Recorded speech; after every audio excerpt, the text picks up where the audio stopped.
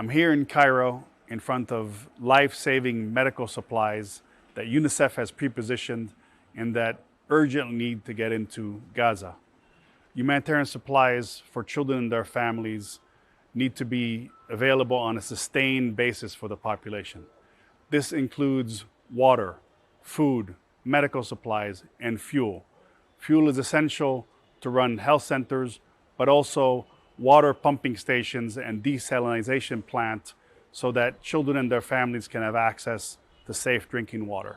We need to be able to get the wounded out of Gaza to the care that they need. And we need a humanitarian pause so that children and their families are protected, so that the civilian infrastructure on which they depend, schools, shelter, health centers, are also protected.